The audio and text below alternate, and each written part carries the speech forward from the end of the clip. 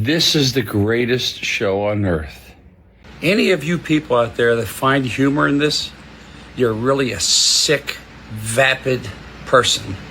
You got no soul. Do you think it's funny? Here's to you. Get bent. You people should be ashamed of yourself.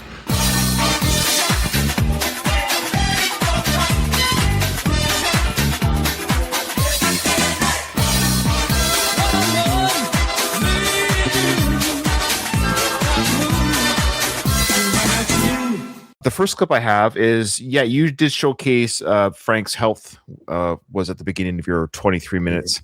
I watched my 23-minute segment, and his health got really bad. Is he okay? Well, he made it to Doug's 23-minute portion, so he lived to that part anyways. But here is the first. Stick around for the end where we find out if he's still alive. So here's my first clip that summarizes my 23 minutes. I was skinny. And hit him in the head with it. Who was like Eddie Haskell? My brother. and this is, I asked my brother, I said, listen, why don't you just go? Oh, no. It's like just something out of a comedy show.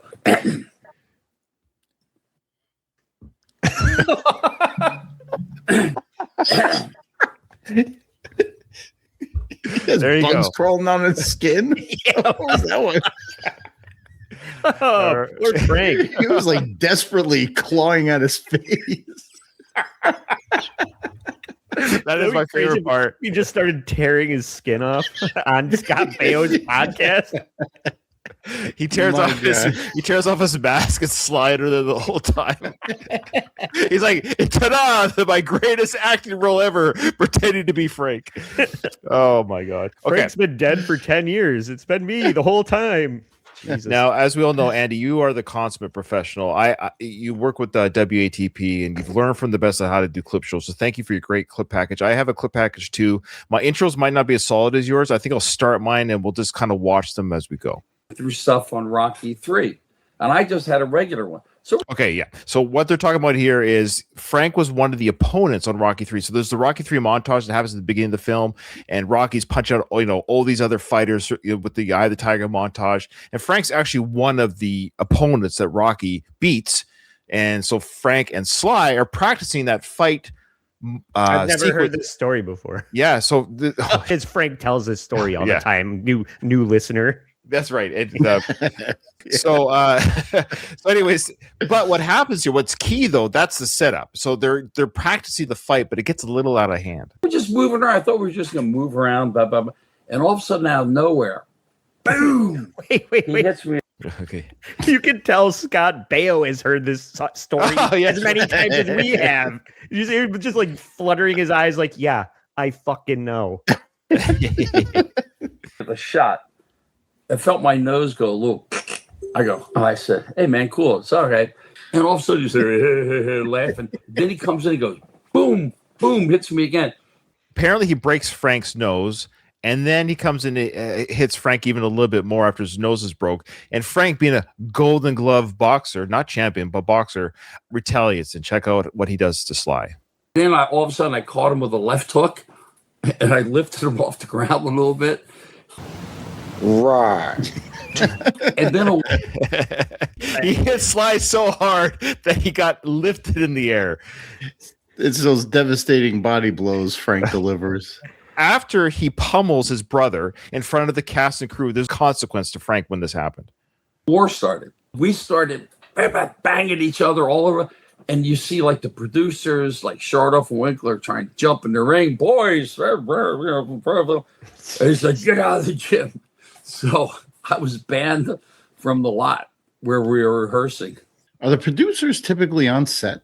That day they were, because the brothers were in the ring. That's a big day. Oh. Yeah, right. So then after that, did he mess with you? Well, no, he didn't talk to me for a long time. So, like somebody else we know, Frank has this amazing ability of eliminating so many people from his life because of his behavior. Nice. Yeah. Yeah. Oh, it's just about everybody, right? The people closest. Musicians that he's worked with in the past no longer It's incredible. Sly's the only one he didn't write off. For obvious reasons. That's his meal ticket. That's his meal ticket, literally and figuratively. Yes. So he says that Sly came up to him and said, "Look, you can't embarrass me in front of the crew. I'm Rocky." Then he came over to the house. He goes, "You can't make me look bad, you know." You broke my nose. Okay, so that's that story. So Sly was embarrassed that Frank beat him up in the ring. That's why he was banned from the set. Mm-hmm. Okay, of course. And Scott's never heard that one. I was endeared by Scott. I have no problem watching him. Now, I'm not necessarily going to watch a show, but if Frank came back, I'd be very happy to watch Scott talk to him. Scott is charismatic. Yeah, I like him. He can talk. He can tell a good story. He seems like a sweet guy. He actually seems like a nice guy, and I like that. Sorry, maybe I like nice people. He needs a new producer, but yeah. Other than that, good host. Marble, spoon, knife. Okay, so now Scott's talking about when he was with his brother. I have 3 brothers as well. Do you guys want me to tell you all the stories that me and my brothers have us beating each other up? Do you want me to tell you that? I bet no, not really. No, why would you? Because it's sort of the same story that all brothers have. Yeah, we all punch each other, but we love each other and hate each other. And look, that's sibling rivalry. There's a reason why that term exists. Scott's saying, yeah, we used to use objects that hurt each other. Frank, forever the story topper, talks about the object that he used on Sly. I'd hit him in the head. I did that with a sword. Why does he have to one up? I heard murder. So Scott Baio led into this by saying like spoons and knives, like silverware, utensils, and Frank's got to 10 up him. I did that with a ninja sword. And not only does he say what weapon he used, he actually reenacts Sly's reaction to the said sword fight. Here is his imitation of Sly's reaction to this. My brother was picking on me, and we had 2 things they use in the bullfights, bandoleros, the things they stick in the bulbs with the ribbon. I put myself out the chair. I put myself out the chair. And he went, ran out of the room. And we wonder why he hasn't received an Academy Award for acting yet. Come on. It was like Eddie Haskell. Who was like Eddie Haskell? My brother. Okay, so now he goes in the story of his brother was like Eddie Haskell, which I believe was the Leave It to Beaver friend. Yeah. That always hit on the mom. I'm not sure the connection that he makes here with Sly, but here it is. Really? Yeah, you act like around my parents. And then all of a sudden when they leave, he'd go to work on me and stuff. So his brother, Sly just kicked the shit out of Frank every chance he got. Wouldn't you? Brother was the ringleader, and we'd all get in trouble because of him. Because he was a little reckless and stuff. That's what my brother did the same thing. What I love about Scott, what he does here is what he does, he's saying, I know. That's what I meant. Do you want to hear my stories? Because they're just like Frank's and Scott's like, I get it. Brothers beat each other up. Just because Sly is famous doesn't mean his assaulting you when you're a kid is any more fun to hear. He was your brother. He kicked the shit out of you. Welcome to everyone who's had an older brother. Yeah, that's the thing. You're just describing childhood. Exactly. Everybody who has a brother can relate to this and has their own stories. But that doesn't mean it's interesting for anybody to hear. Nope. So, Frank, you got into music. I just want to show that. It's what is it you do? This is Scott's way of saying, shoot, I should have phrased this question better. Why are you famous? You got into music. Frank answered it for music is what I'm famous for, damn it. Very, very, very early. What age does Frank say next? 6? 6 or 6? How old? 6. Why? It's just natural. I just started singing, and then all of a sudden, you go to your grandmother's. All the kids go to her kids on Sunday. They eat the brajol, everything like that. Yeah. And I would sing, and people would go, "Oh wow, sing another one." So he started singing at 6, whatever song that could have possibly been for a 6-year-old to sing, and of course the aunts, the uncles, and the grandparents. Oh, Frankie, that was wonderful. Good, Frankie good.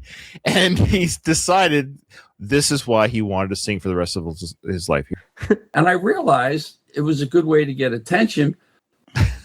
You don't say. And I got a gold star on my report card. Yeah, no kidding. I turned professional as a musician in 1965, which is 61 years ago. Wait a minute. You were what, 13?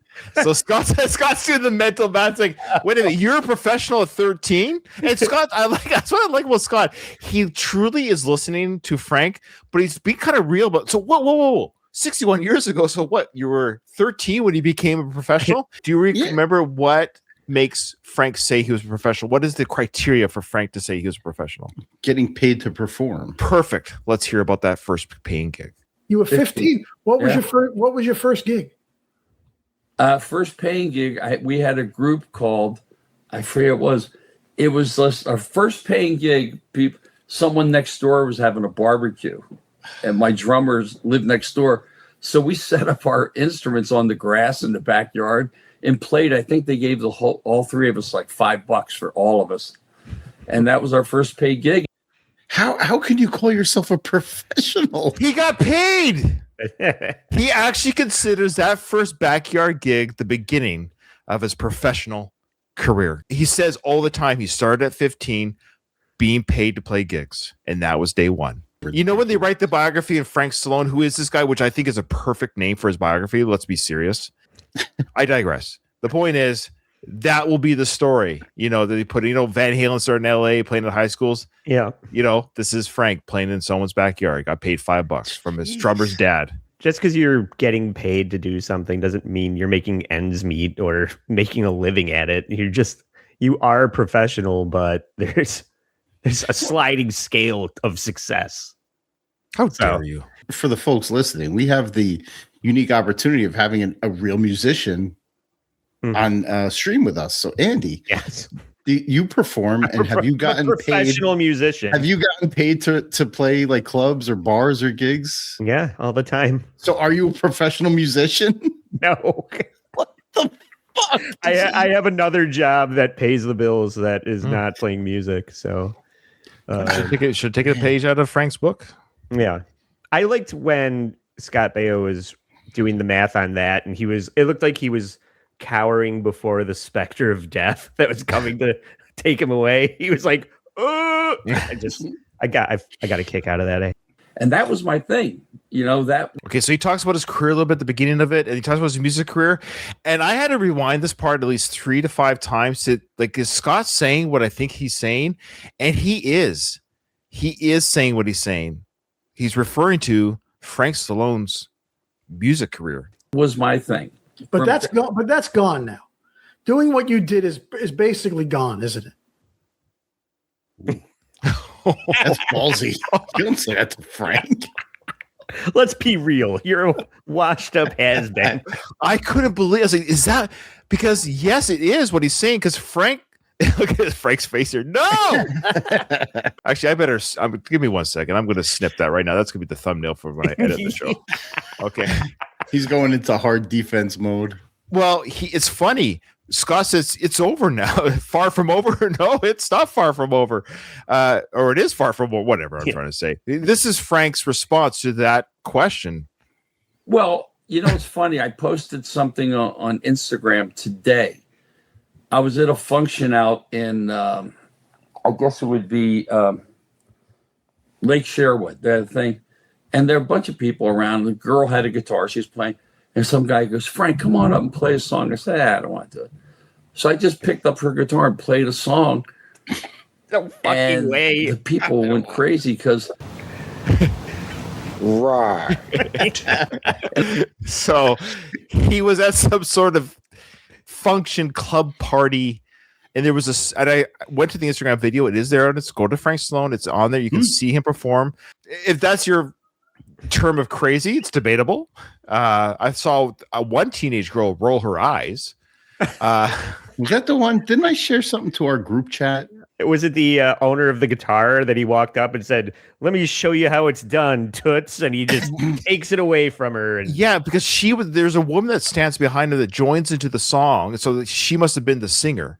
And then the crowd did not go crazy, but I never heard of Gregory Jones. How dare you? He says, I feel like I can't believe anything Frank says.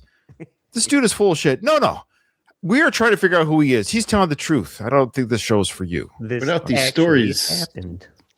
Gregory Jones, without these stories, we'll never find out. Yeah, we have to hear the stories. We'll never find out. They could all be true. And I played my reel, and I know it wasn't going good when the song was playing. And then they go, okay. So he's talking about, he's taking his 1970s, he had a band called Valentine. And he's taking his demo tapes to the record company to have them listen to it. And this was the response to his music that he gave to the record company. How dare you? To the next song. Then I go, and they just speed up to the next song. Hey, thanks for coming, man. Just keep it going. Oh, and I still have all my rejection notices. really? Oh yeah, because I was young and I realized when I listened to the music I was writing, that I wouldn't have signed me either. He said, I realized that when I was listening the music I was playing, I wouldn't sign me either. Does he tell the story about how he played at the Enchantment Under the Sea dance? Yeah. He saved his family by rocking out. It's a blues riff in B. Watch me for the changes. Now, this part's fantastic. So Scott's going to ask him, hey, what record ended up signing you guys, the band Valentine in 1975? He does say the company, and I will say, I looked this up. He only got one record deal out of this company. And Scott Baio shares his story about said company. Who signed you? Eventually, RCA. By the time Staying Alive came out in 1983, I'd been around for. Okay, do you see Scott's reaction? There was a cut there, though. I did a little bit of editing just for the sake of time and storytelling because Frank filibusters a lot. I want to get to the point. Right now, he looks really excited about it. Yeah. So when he hears RCA, Scott gets very animated. We'll find out why. Close to 20 years. Right. That's definitely an overnight sensation. Do you? Yeah, right. How about this, Frank? I hope this doesn't make you feel horrible. But I want to say it anyways. Do you have any guesses what he's going to say? I was signed to RCA. Okay. I had a deal at RCA, and I can't sing. And he says, and I can't even sing. Yeah. Like Stuttering John's like, I was on Atlantic Records. Yes. Yeah. They sound like they must make terrible decisions. I did two albums on RCA. Oh, you did double the albums. Frank only had one album with RCA with the band Valentine. And Scott was handed two without even asking. This you can see the moment Frank's heart breaks. Yeah. The records just fall off the wall behind him. I googled Scott Baio's first album. It actually charted where Frank's never did at that time. Oh no. This is Frank's Ralph Wiggum moment. 1980, 81, and I can't sing, but I was on television a lot. Staying Alive, and okay, so now we fast forward here. He's talking about Staying Alive. Now we all know, quickly for those who don't know, Staying Alive was directed by his brother. The movie was directed by his brother, Sylvester Stallone. And he now talks about how he got his music on the album. Now, I know we've heard the story before, but get some details here that I've never heard before. It was just weird how that whole thing came about. Now, I thought that part was funny. It was very weird how me getting on the album came about. Yeah, your brother directed the film, but he still kind of refuses. He weirdly refuses to acknowledge that he is who he is to whatever degree that is because of Sly. Oh yeah, he wants to tell you the hoops and the hurdles that it took for him to overcome, asking his brother to let him be in the movie in some way. And that very story is oddly insults himself. At that point, my career was in the movie Staying Alive. I wrote 9 songs in that movie and sang them. And I'm the only one that had hit records. I had that year was nominated for Grammy Gold. I didn't understand what he meant by that. That year was the only one with the hit record. I Googled it. Have you ever heard of Billie Jean? I was playing stuff, and then I find out they're doing a sequel to Saturday Night Fever. I'm going, wow, well, that sold $26 million. This is very telling. So he recognizes that the first film was a big hit. Saturday Night Fever, Bee Gees, mega millions, mega album sales, huge hit. Thus the sequel that bombed all the same. But that's why they made the sequel, to try to reinvent the wheel, so to speak. Okay. Double records. So that's, 52 million records. Yeah. So I find out from the grapevine, my brother's directing it. I find out through the grapevine, my brother, that was an odd comment too. Like, your brother didn't tell you I got this directing job. He found out not by his brother. Their relationship is the weirdest relationship in Hollywood. These two. It also shows that he's not plugged into pop culture or what's happening in Hollywood at all. No. Like, he he meant wants the you to telephone believe. line, not the grapevine, the Yeah. phone line. I called my brother. I said, "What are you doing? Can I tag along?" Oh. He said, "Saturday Night Fever." I thought you haven't seen my clips yet, Andy. Oh, So he does contact Sly. And at this point, I'm desperate. I got nothing going. I'm 31 or 32. I'm going, boy, this is going to be my whole life dedicated to music. Pick a different career. It's not working. It's okay. You try. It didn't work out. Yeah. You get your CDLA. My podcast gets no views, but I'm not using it to pay the bills. This is just for fun. Saturday Night Fever sold 52 million. Yes. Right. Okay. So, I asked my brother, I said, listen, I know you got the Bee Gees. I know this is. At this time, they had the Bee Gees. They were going to do the sequel again. He's like, look, I know you've got the big band, but just do this little favor for me. Mm-hmm. But if I can just get 15 seconds in. He just wants a little bit of the pie. Just give me one song, one verse, one little note so I can get that 52 million cut. one guitar riff. Yeah. Anything. Okay, it continues. Like, ding, ding, ding, ding, ding, ding, whatever. And the record sells. I could, make a few bucks. So he goes, well. So he's trying to not patronize me, but said, listen, why don't you just go? Because your music sucks. He's your brother. Yeah. He doesn't want to. He doesn't want to come out and say, Frank, God, I know you're my brother and I'm directing this movie, but have you heard of your band Valentine? Yeah, nobody else has. Right. This is when they invented the hidden track on that they used to always have on every CD in the 90s. Yeah. It's here's a song that we didn't want to admit was on the album, and then you have to listen to 15 minutes past the end of the last song to hear it. This is how they came up with doing that. It begs the question, is it about the art or the money? Because how dare you? It's always about the art. Because all he wanted was 15 seconds. Is that really 15 seconds is enough to really display your artistry? Frank is a man of simple wants and needs. All he wants is fame and fortune. That's all he wants. Okay, leave the man alone. Simple. I'm sorry. It's very simple. Two things. That's all he's asked for. I'm just trying to get to know this guy. He only wants fame and fortune. Okay. Okay, that's fair. He has a coffee fit here, and Scott, I think, is like, is he dying on my podcast face? Should I dial 911? Watch his face. So listen, why don't you just go?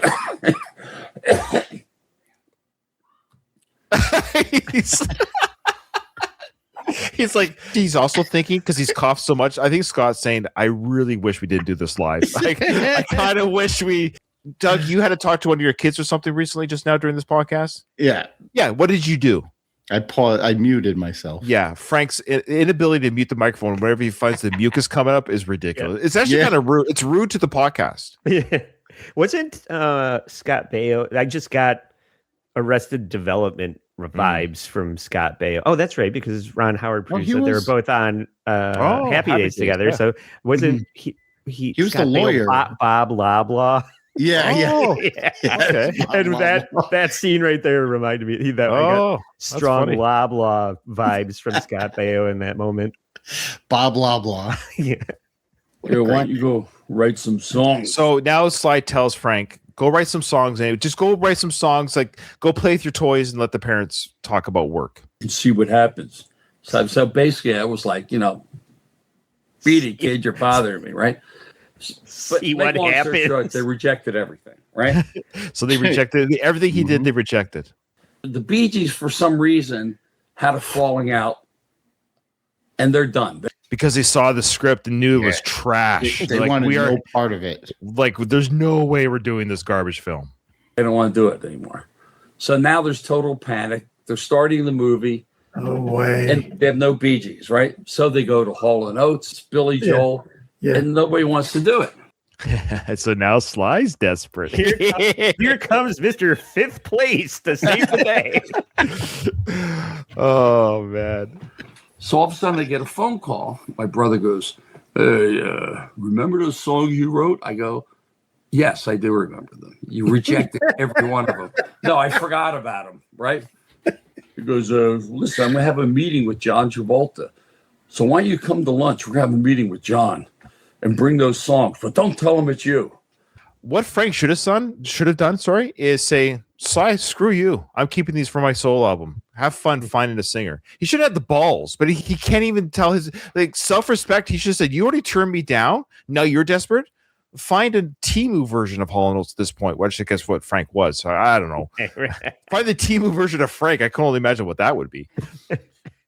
Now, he tells Frank when we go to the meeting. Now, Frank takes this the wrong way. Sly told Frank when we go to the meeting with John Travolta, don't tell John that the music is yours. The reason being is I don't want John to think that he has to like the songs because I'm the director and I'm Sly. Sly's a huge star. He's the director. He wanted John to objectively like the songs. He didn't want John's opinion to be swayed by the fact that Frank was at the meeting. These were Frank's songs.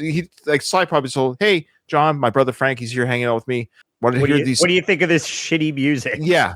So, but Frank takes it a different way. Check it out. Boombox there. My brother goes, "Well, I found these songs." I go, now he's taking credit for it already before he started. He's not taking credit. The point of the meeting was to not dissuade John Travolta's vote. I found these songs in the garbage. Do you get what I'm saying? How these people think? Yes. He says, I found these songs. Okay. Stuff I found. Yeah, I said, okay. So he starts playing my songs, and Travolta's eating, and he's going like, "That's really good." What I all right realized, they were giving me this behind the scenes because they were taking all my publishing. This is why Frank is poor. When he made a deal with the devil to have this big hit, the company, because he was desperate, gave him like $3,500 or something, and a writer's allowance. And I don't know how much that is, but I guess it's not as much as the publishing one. He gets nothing for these songs. No, because he gave away the publishing rights. That's right. He got a resume builder. Yeah, he's the songwriter, singer of Far From Over, but he doesn't see a penny from any of the streams. Fair. Yes. No. They take all. Scott's like, no, I get the all your publishing. They took all your publishing? Everything. The 100% of my publishing. The only thing I got was the writers. And I knew they were announcing the Oscars. Okay, so here he is talking about the Oscar nominations, and he'll mention it, but at the time, he's trying to say that the 5 songs that were nominated for Best Song for the Golden Globes, and the Grammys were these certain 5 songs. So he gets all really butthurt that when it comes to the big show, the Oscars, now he's not a part of that nomination anymore. While I'm doing this, I get a call. The guy goes, "Your brother's calling." And I'm figuring, like, someone die? Well, the only one that died was me. They said, my brother goes, "Yeah, I got bad news for you." I go, "Who died?" He goes, "Your career." See, did that really happen? Would Sly really call him just to say your career is now over because you didn't get the Oscar nomination? Like, is that how that works? Has every non-Oscar nominated artist not have a career after that? That doesn't make sense. You get who built it up in his head that he even had a fucking chance? He did. Oh, that's awful presumptuous. The only person that would ever believe that it could even happen would be him. For a movie that nobody remembers. Okay, was Staying Alive nominated for Saturday Night Fever? Was that an Oscar-nominated song? Not his song for Staying Alive. Was Staying Alive nominated for the original? Oh, I think so. Probably. Yeah, that was a huge hit too. Yeah, I would assume it got a Golden Globe or a Grammy or both. Yeah, right. So he's thinking samesies. Right, I'm gonna get nominated because Staying Alive was nominated. Good. From Seth there from your channel, Andy. If hard work paid, the donkey would own the farm. Yeah.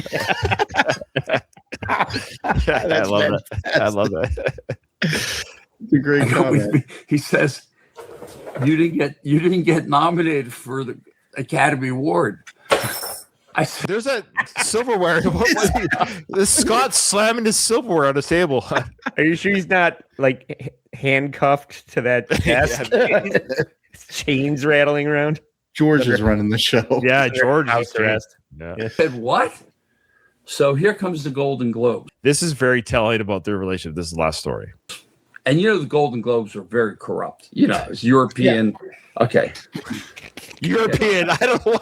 They hate Italians. Yeah. The Golden Globes are, those Europeans, those dirty Europeans.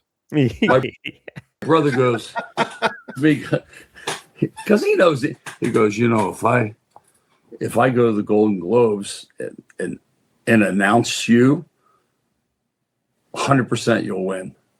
So he's saying that if he tells the Golden Globe committee that I will announce the winner of the best song, they'll change their decision. That's right. They'll change their decision based on Sly's appearance to give it to his brother. So this is what's crazy. Apparently, Sly offers this inside trader knowledge on how the business works to Frank. Yeah. And this is Sly's response to his own offer to Frank. I said, well, go to Golden Globes. But he didn't. Right. He said, if I was showing up to Golden Globes to be a presenter and be there, I think you might have won. So you'd only win if I allowed it. He's delusional. Yeah. What did you think of that package? I mean, it's a bit of a big one, but there's some gems in that one. You have a lot of nerve calling me out for the amount of clips that I'm sorry. The time was only 8 minutes, and I thought I'm sorry. You want to clip everything because everything he says is stupid and insane. I clip and then I edit, and it's like we don't need that. We don't need that. I know, and I took stuff out of my clips, so it's like, oh, okay. So I think all these shows are going to start falling by the wayside because I think people just don't want to hear it anymore.